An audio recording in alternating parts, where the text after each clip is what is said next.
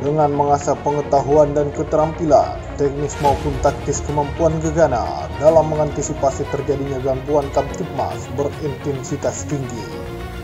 Dan Satrimo Polda Sulawesi Selatan, Kombes Pol Muhammad Anis memimpin langsung upacara pembukaan latihan kemampuan Gegana Bintara Remaja Satrimo Polda Sulsel di Mako Detasemen Gegana, Makassar.